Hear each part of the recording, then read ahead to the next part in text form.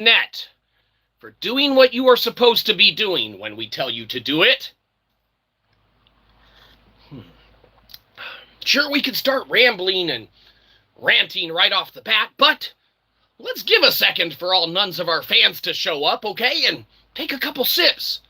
Welcome to ChattyCoffeeCrew. We're not going to be chatting for a sec, because it's time to sip the coffee.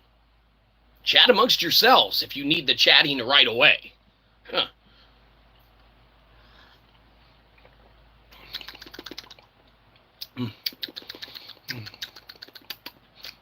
We have to prepare ourselves for all the chattiness that we get into here. I don't know what your regimen is for doing such, but, you know, we have our own routines that we do and undertake.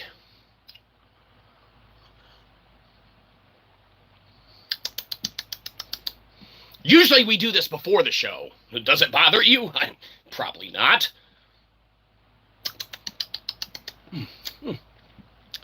Almost like a baby bird. Anyhow, welcome to ChattyCoffeeCrew. We'll go ahead and start now, even though technically it already started when it kicked off.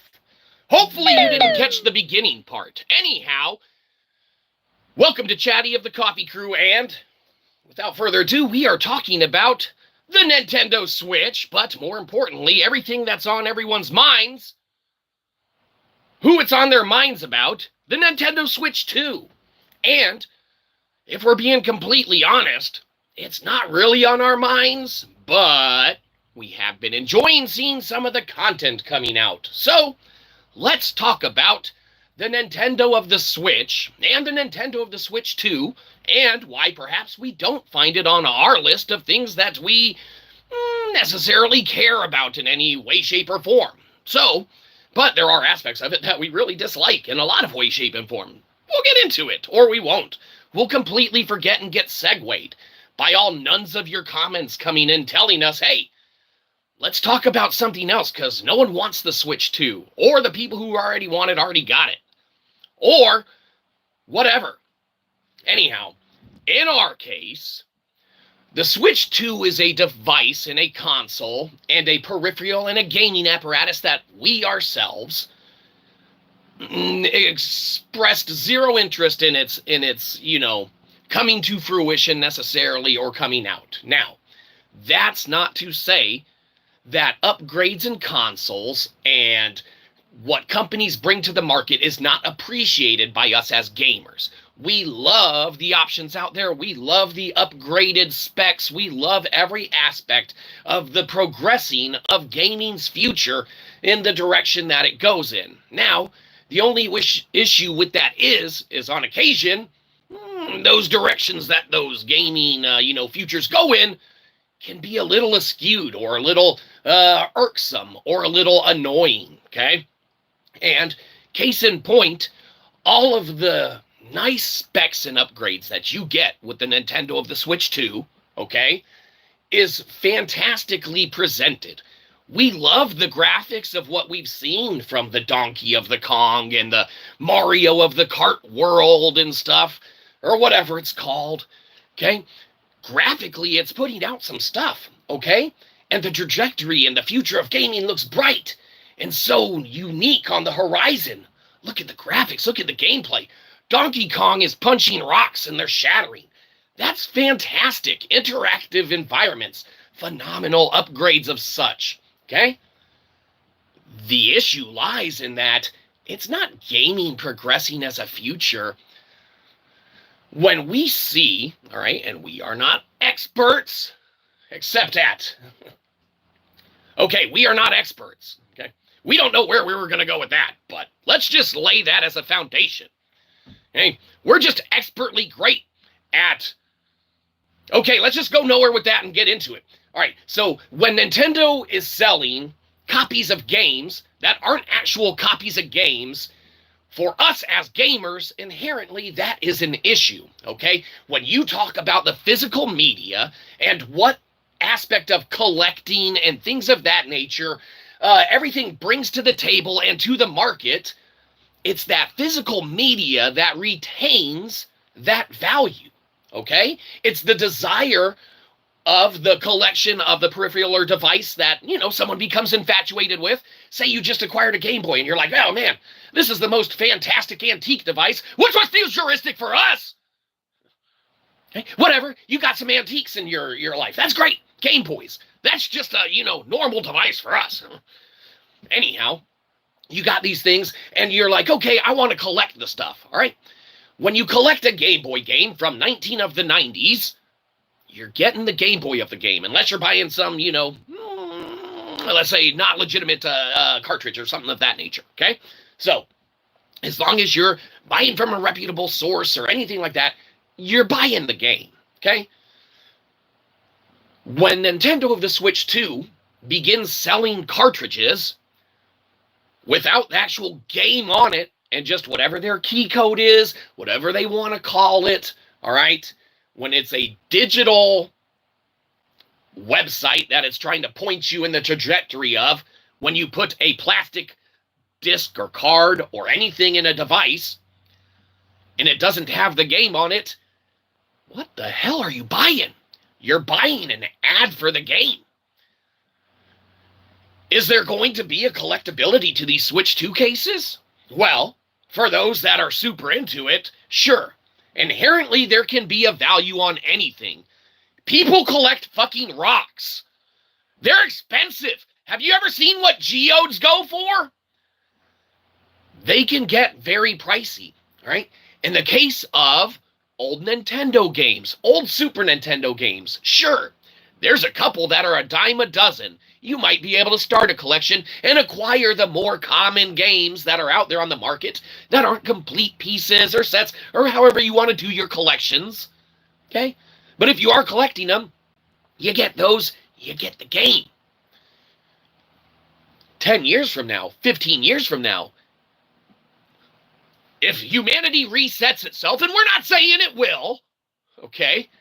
But if anything like that happens, you're going to be stuck with a cartridge that points to nothing. And you put it in a device that does, in essence, nothing. The ability for a company to remotely brick a console, the ability for a company to have the control over saying that you're leasing a device instead of purchasing a device, man, possession's 9/10 of the law from what we were always told, okay? So for companies to start saying, yeah, you're just leasing this device or apparatus and you don't necessarily own it and, we can turn it off at any time. At what point in time are these companies overreaching and overstepping their bounds to where they're selling you games that aren't on the cartridge or aren't the game? They're selling you consoles that they remotely control, all right, and can switch on or off at a moment's notice if they want to. All of the extra controls and means and measures that they have implemented to try and circumvent people from doing pirating of their games and, stealing their tech and all this, that, the other, man, it becomes irksome for the people who inherently are just genuine gamers, all right? Who don't care about the internal teardown and don't watch the spec videos of people who make videos way better than us, where they're like, hey, look, we can take this machine apart and put it back together. You know what you don't want us doing? Taking shit apart. Because unless you know how to put that shit back together, it looks like this, okay? And let's be honest, no one wants this, except you. Hi, Mom. Anyhow, there's some issues that we find with how Nintendo has rolled out their Switch of the 2 and with what we're hearing, the lack of the games being contained on their cartridges that are, up there in price anyway. At what point does the Switch of the 2 become completely not the console for gamers like us? Okay? Now, this is not bragging, okay?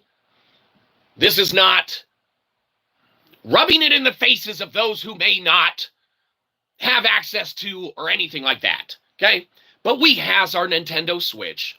We has our PlayStation of the 5s. We has a decent laptop, okay? Pretty decent. We has our Mark of the Zuckerberg face mask. Oh, the Meta of the Quest, all right? And we have our Xbox of the Series of the X, okay? Where in that lineup that we can only use one of those devices at a time, with the exception of Mark of the Zuckerberg's apparatus that allows us to use our computer and laptop while we have 3 motherfucking big-ass screens playing whatever the fuck we want on them while we're watching whatever we're doing on our laptop, okay? Mark of the Zuckerberg affords you that opportunity and ability. Well, okay, fantastic. Okay, but you're generally, and even in our case, only using one of those devices at a time. So where inherently do I want to go out and waste my begging of my mom for that one big gift a year, okay, and be like, hey, go get me a Nintendo of the Switch 2, please, so that I technically lease a console device so that I have to spend a bokudos of money on every individual game that I decide to purchase, with the exception of the indie ones that you might find on sale for less than $1, okay? And whatever transfers over, okay, from your original Nintendo of the Switch library. But you know what we've seen? We've seen people install stuff on their Switch of the 2 from their library of the Switch on the 1. And you know what it looks like? Not fun. You know, we already struggle with technology. Look how boomer this shit is. That's how you know how society's progressing. There's 2 directions it's going. You're going to get real authentic crap like this, which, you know, I mean, we're the, yes, an internet celebrity, but the crappiest one that there is. And we claim that title. We are the bare minimum. There's nowhere to go but up. All right? 2 levels that it's going to. Stuff like this and whatever's better from, you know, actual content creators and the AI-generated content that's out there that's way better than generally all of it, okay? So that's what you got to pick from. Crap and good stuff. Thanks for being here. Anyhow, we take issue with how Nintendo of the Switch 2 has presented their stuff, with how they've, you know, brought this console to market. Nothing screaming to us to beg for it from Santa this year. Nothing screaming for us to go and drop $400, $500, $600 after taxes, after an extra game, $700, man. We might as well go and start begging for the PS5 Pro again. But we don't even really want that either. We saw something recently, okay, and we don't keep up with the trends. Obviously. Well, yes. But we saw something recently that was saying that there's a lot of, like, PS5 reviews lacking, okay? Now, that might not be true, okay? We haven't searched them out or done anything, but inherently we started thinking about it.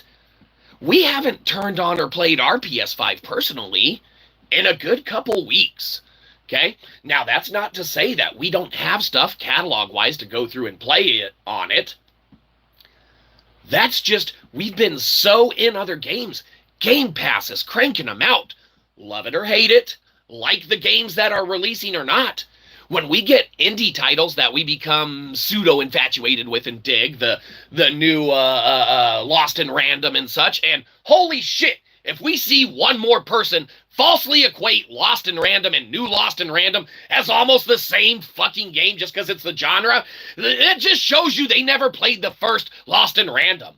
The first Lost in Random is totally different from this second iteration, okay? And people are like, oh, okay, we're not going to get into it. But we've seen some very poor mistakes on Lost in Random. And we like the first game. We're liking the second game. Completely different. Okay, same universe. Yes, blah, blah, blah, blah. Okay. Point is that, you know, yeah, you don't like seeing false takes on it. If you haven't played a game, state that in what you're saying so that it doesn't come across as, you know, For us, very extremely poor in putting it out there. All right, so yes, welcome all ones of you to Chatty Coffee Crew. We have been getting into it, talking about switching to the Switch 2, or in our case, probably not switching to the Switch 2. While it's not a requirement, we hope you have your cup of coffee with you. It's not a prerequisite or anything, but you know it's in the name of the show, so we try and have one. We're about halfway done with it, so we'll be kicking it a little more. Let's continue talking about the drive of the Nintendo Switch 2 to pull us away from the Switch 1. You might be saying, don't end this. But no, we're going to do it anyway. Because Nintendo has created and made and crafted some of the most marvelous experiences aesthetically that you can undertake. Now, we were infatuated with the aesthetics and the art style and direction of South of Midnight, regardless of how you feel about that game, all right? The art direction of it was phenomenal, okay? You have games on the Nintendo of the Switch like, okay? Phenomenal art direction that they went in with it, okay? Nintendo Switch makes phenomenal games. Nintendo makes phenomenal games. What is the drive for us, though, to spend all that money to get to play as Donkey Kong to punch some rocks that we like the way they explode in a level, all right? Inherently, for us, the value is not there yet. Like we said, we got the different consoles and peripherals and devices that we can play on, and we can only use one of those a time. So if we're going to be playing the Series X at night, do we really want to have $600, $700 tied up in the new Nintendo of the Switch 2, just sitting there watching us do that because we got tired of driving around a Mario Kart world for a minute, okay? Now, we love Mario Kart, and the game surely is inherently fun, and now I'm almost certain everyone who's gotten it and is playing it and is having a blast with it is enjoying it immensely, okay?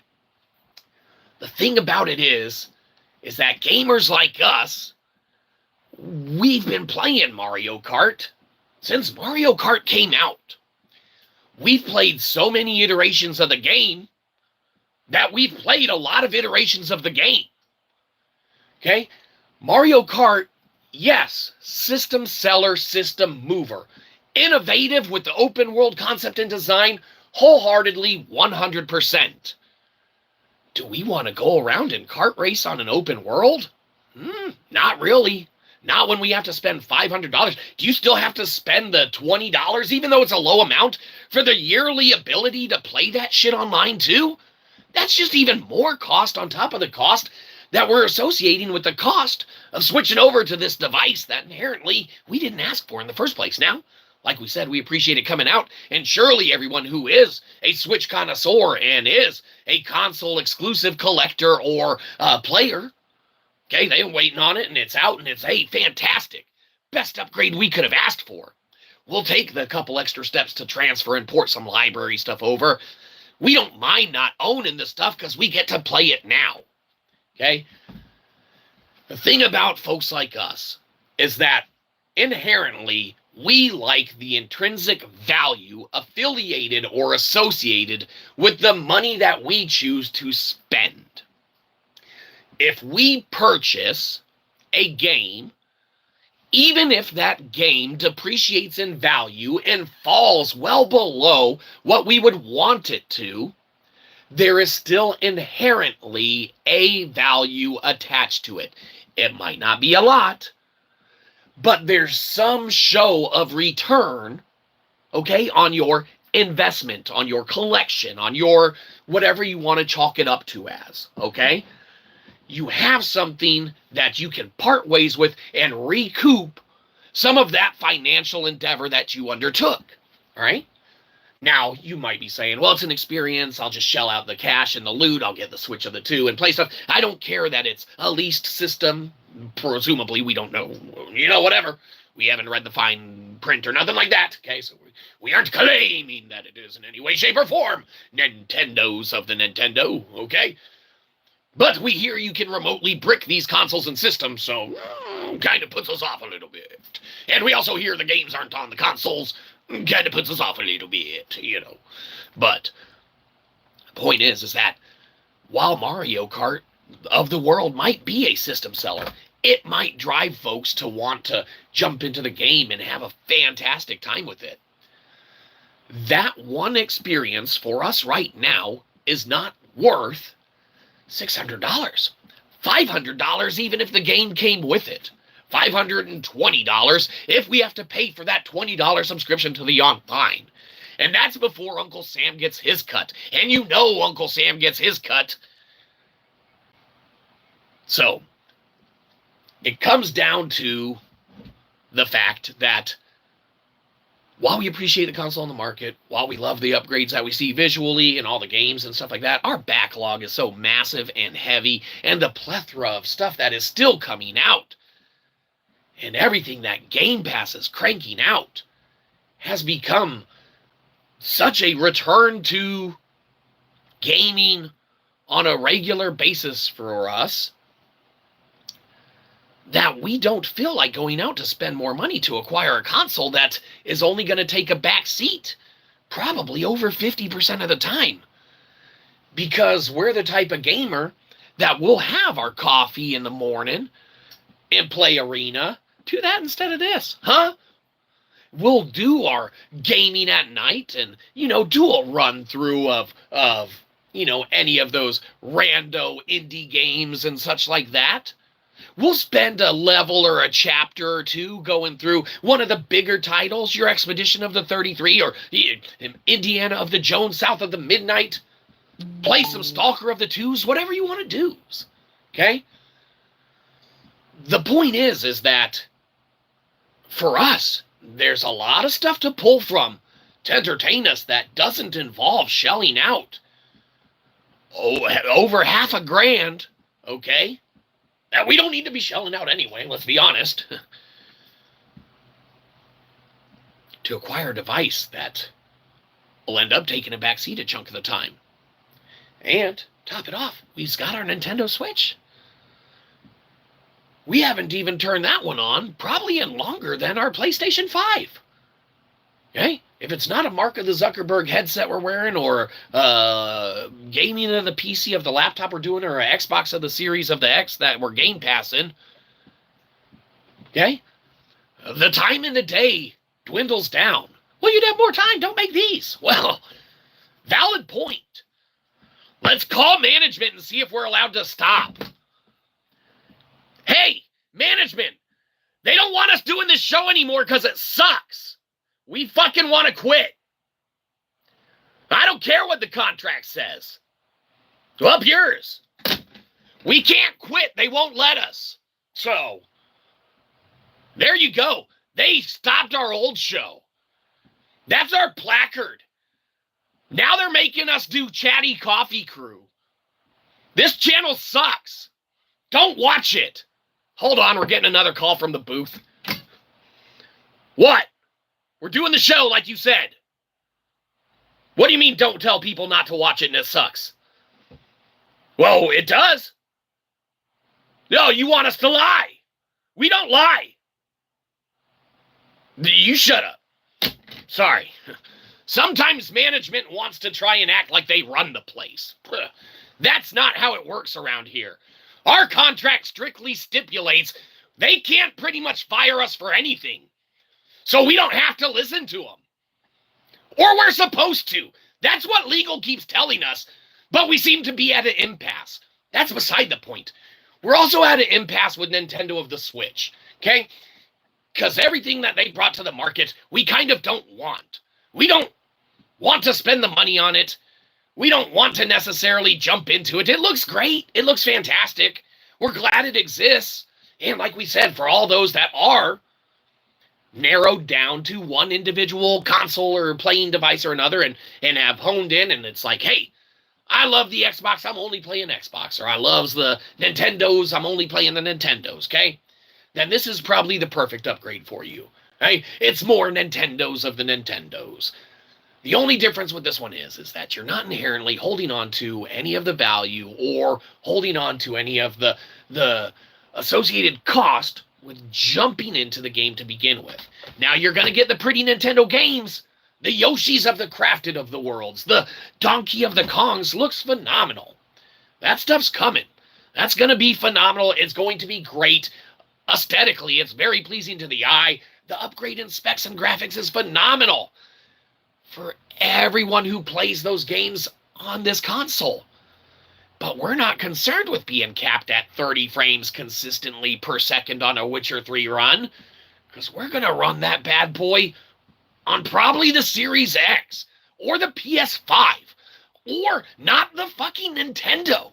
Now, Donkey Kong looks awesome when he's punching those walls and they break. We're not denying that, but we're not going to lease the ability for us to control Donkey Kong punching the rocks and having them shatter to look great. There's so much stuff coming out on Game Pass that still looks great that aesthetically we're sure our eyeballs will have enough pleasingness to them applied. Unlike this. Well, hey, that's me. We'll have enough aesthetically pleasing, visuals to where we're not going to be sweating not having shelled out $600, $700, okay, on the Nintendo of the Switch 2, okay? Again, not to knock those that love it and wanted it out of the gate and were like, hey, I've been waiting to play Hogwarts Legacy on Nintendo Switch at 30 frames per second, motherfuckers, right? That stuff's out there. Fantastic. You're going to get that solid 30 frames. Wow. You're also going to get that statement that says, hey, minus $700 from Dollar World. Or, I hope your APR is good if you really went all out for the Nintendo of the Switch 2, or else you're about to drop $4,000 in that motherfucker, and you're leasing it. What about the games I bought? The cartridges you bought, yes. I don't know what plastic is worth nowadays, but it's probably not going to retain the value that you're wanting it to. It'll be, interesting to see historically as a gamer that's been around since the Atari days, okay? And we've gone through multiple iterations, generations, consoles, devices, things of that nature. We've had, owned, played pretty much every device that has come into existence since it has come into existence. Not everyone, but a lot of them. Okay? As a lot of people have, as a lot of you probably have. All ones of you. The point is that these devices that are out there, that have been out there, man, the intrinsic value, all that's there. We've gone through the iterations of consoles. They all have their own nuances and financial, ties that are associated and affiliated with them. The cost of the Nintendo Switch 2 to even jump into the arena to start playing it seems pretty exorbitant for where we're willing to dish out and go. Now, as professional gamers, like most of you are, as shitty internet celebrities, the shittiest, of course, but we are celebrities, ground level. Everything's better than this, but we are that ground floor level. Okay? As all this stuff is out there, what's the driving force, again, to pull us into this console and into this marketplace, okay, to get that attachment to it? Inherently it's not there. So, we're not saying we'll never get the Nintendo of the Switch 2. We're not saying they might not clean up their act and maybe change stuff around. Maybe start putting the games on the cartridges again, okay? Maybe realize that, whoopsie, and kind of, maybe alter their trajectory and what they were wanting to do and how they were wanting to present this device and this apparatus and this console to the masses. Because until they start putting the games on those consoles, until they make that system have so many games that aren't available somewhere else, that have the draw power, okay, that make us crave shelling out $700 or $800 to get the console and the game and, probably some kind of cool sticker pack to put on it. Obviously, you need one of those. It makes it run faster. Whatever. Okay, after you shell out all of the costs associated with getting involved, all right, those games had better be there to maintain that. Because if we spend $700 and we play our artistically great Donkey of the Kong, not Yoshi of the Crafted World, this is our example visual aid. It sucks. I know.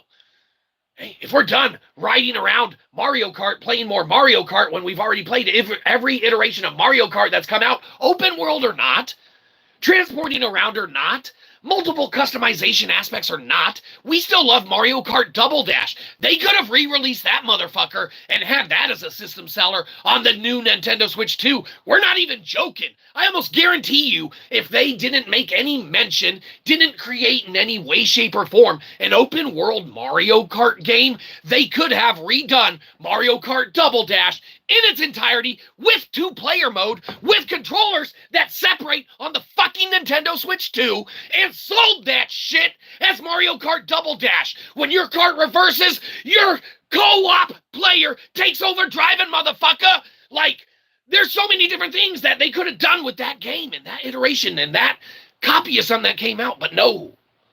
Open world concept, you don't own it. And that's fine. Probably very fun. Probably very playable, but where's the passion? Where's the real innovation? Open world's innovative, sure. But is it? Is open world innovative, or is open world done? We're not saying it's not nice to be able to traverse around an entire area, and that games don't call for that. Your Grand Theft of the Autos. Holy shit, you're going to want that in an open world environment. Your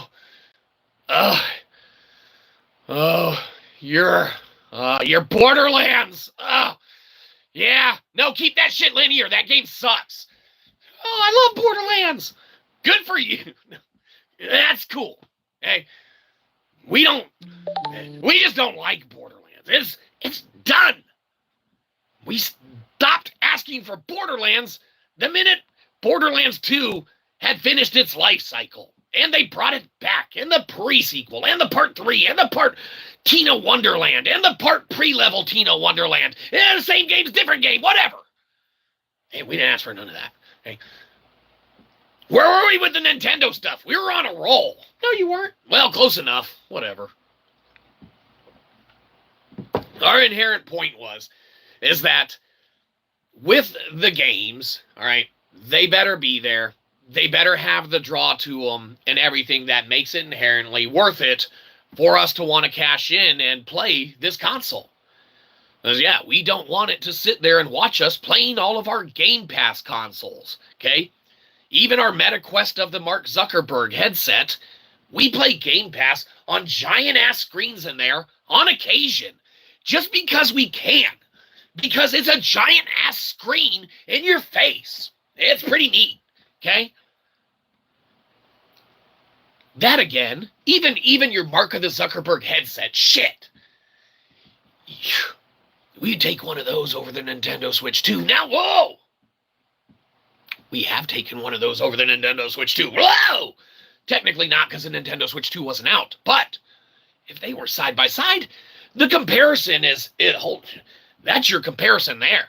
You buy a Mark of the Zuckerberg headset and get to experience mixed reality, virtual reality, and some of its most glorious glory that we have seen it or partaken in it in, or you get a Nintendo of the Switch 2.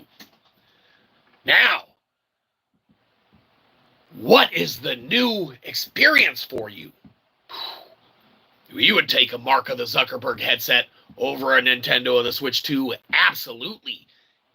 We would take it just how it is, without Mario Kart or Donkey of the Kong, right out the gate. We loves our Meta of the Quest headset, okay? What a phenomenal kind of thing. You could buy a Nintendo Switch 2 or lease it, or however it works. Or you could buy or lease a Mark of the Zuckerberg headset. That's some options to weigh. Have you ever played mixed reality? There's some good ones out there. There's some free ones out there, too. Ooh, there's some real good ones out there. $10 a pop. Phenomenal gameplay. The future and co-op playability of folks with those headsets, insane. But Nintendo Switch 2, Mario Kart looks really fun. Hey, Rainbow Road, I hope that's in it. Is Rainbow Road in the Mario Kart world on Nintendo Switch 2? We haven't bought it and played it yet. Is the open world nice? Let me guess, it's well animated when your cart drives around and you can get places? Wow, fantastic. Hey,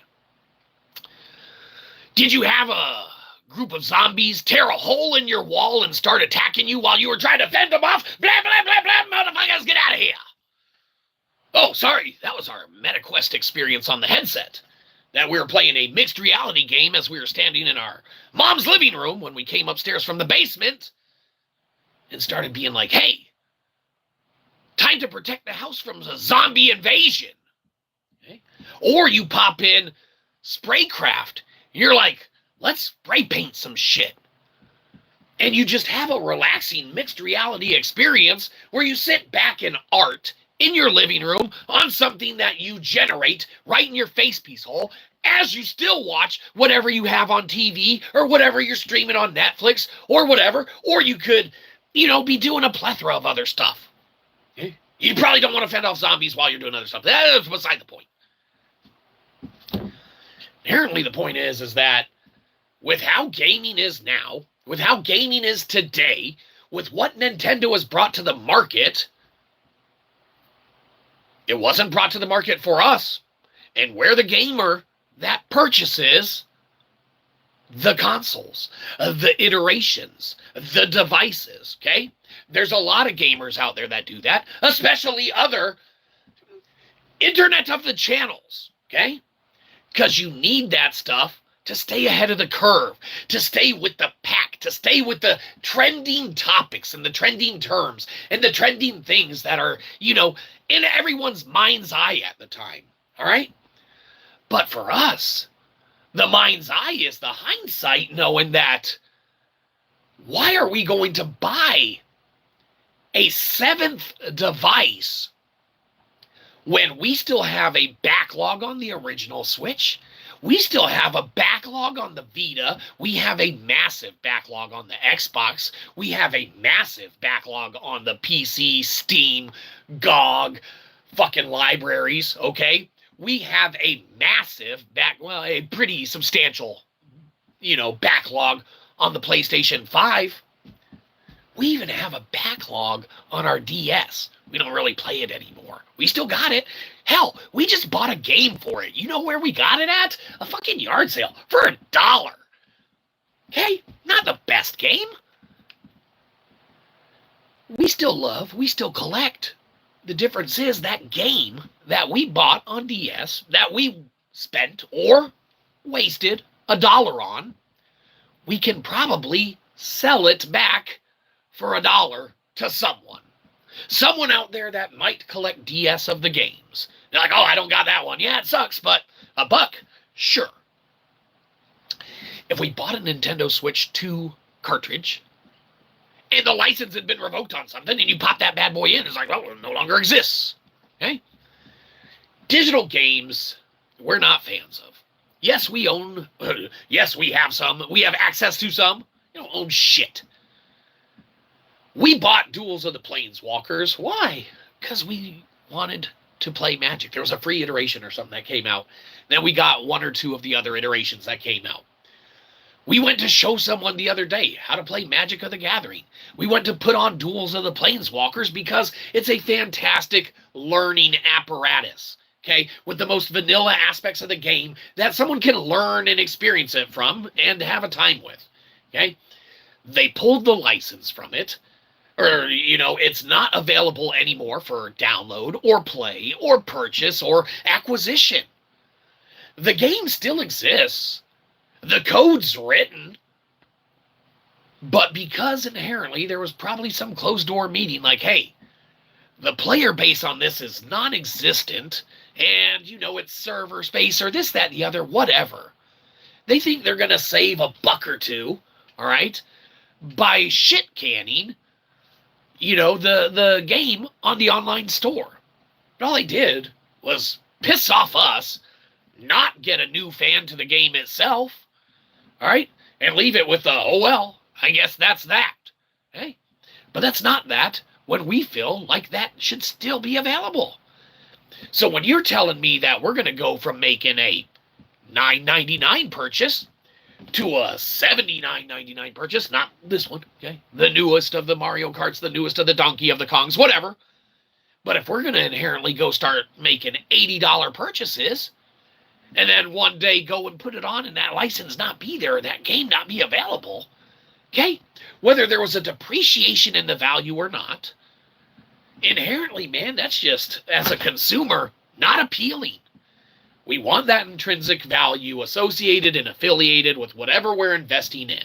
We understand the benefits and the, niceties of digital goods and libraries for accessibility, convenience, and ease. There are aspects of our physical collections that we have parted ways with because it's a little too grandiose in some different directions.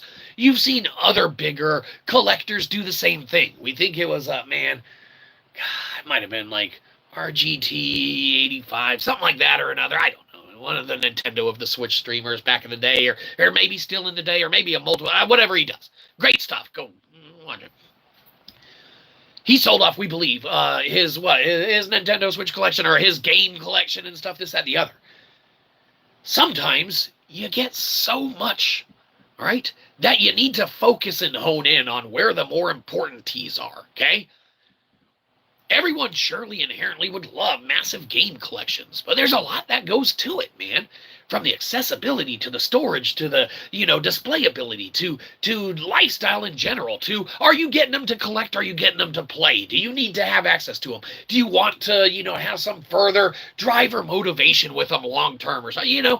Whatever you're doing with it, that's your business. We don't care.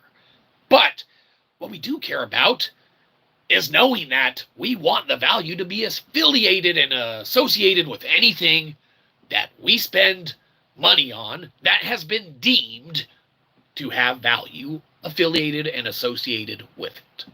Whether it's the value of our time that we put in earning that money, or whether it's whatever else is affiliated with it. That sounds good to support our argument, okay? We want to own the stuff that we get. We want that value associated and affiliated with it. So, there you go. But, as you can see, we're pretty much almost out of coffee. Kept us chatting for a good while with all of these nuns of chats that are coming in. Oh, crazy. You guys keep us on our toes, surely.